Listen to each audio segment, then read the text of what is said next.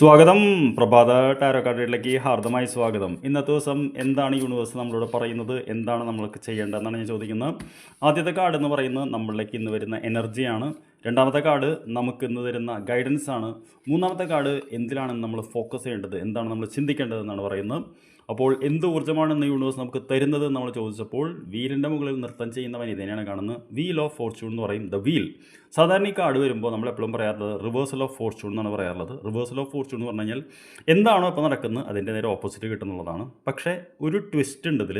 നെഗറ്റീവായിട്ടുള്ള കാര്യമാണെങ്കിൽ പോസിറ്റീവ് ആവും, പോസിറ്റീവായിട്ടുള്ള കാര്യം വീണ്ടും പോസിറ്റീവ് ആവും എന്നുള്ളതാണ്. അതായത് ഇപ്പോൾ താങ്കൾക്ക് ഒരു നല്ല ജീവിതമാണ് നയിക്കുന്നതെങ്കിൽ ഇന്ന് കുറച്ചുകൂടി ഒരു ബ്രൈറ്റ് ആയിട്ടുള്ള ദിവസമായിരിക്കും. ഡള്ള ദിവസമാണെങ്കിൽ അത് നേരെ റിവേഴ്സ് ആവുന്നുള്ളതാണ്.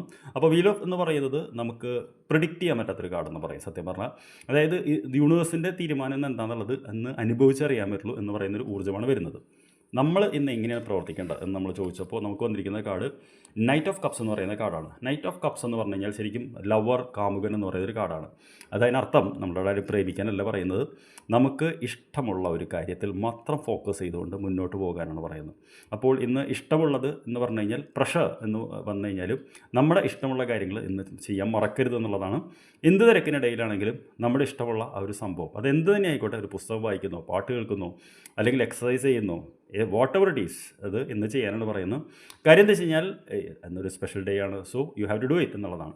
എന്ത് കാര്യമാണ് നമ്മൾ മനസ്സിലൊന്ന് ഫോക്കസ് ചെയ്യേണ്ടതെന്നുള്ളതാണ്. നമ്മുടെ മനസ്സിൽ എന്ത് ചിന്തയാണ് വേണ്ടത് വെച്ചാൽ 10 ഓഫ് കപ്സ് എന്ന് പറയുന്ന കാർഡാണ്. 10 ഓഫ് കപ്സ് എന്ന് പറഞ്ഞു കഴിഞ്ഞാൽ സന്തുഷ്ടമായിട്ടൊരു കുടുംബജീവിതം നയിക്കുന്നതാണ് നമ്മളിന്ന് എപ്പോഴും നമ്മുടെ ഉപബോധം മനസ്സിലാക്കുന്നത്. സത്യം പറഞ്ഞു കഴിഞ്ഞാൽ ഈ കാർഡും തമ്മിൽ കണക്ഷൻ ഉണ്ട്. ഒരു വളരെയധികം ഒരു സ്നേഹിക്കുന്ന ഒരു വ്യക്തിക്ക് മാത്രമേ നല്ലൊരു കുടുംബജീവിതം നയിക്കാൻ പറ്റുള്ളൂ.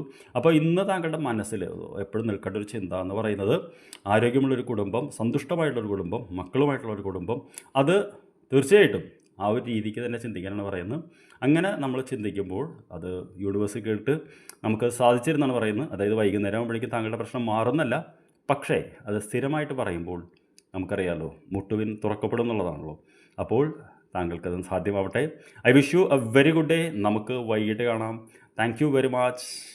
Have a good day.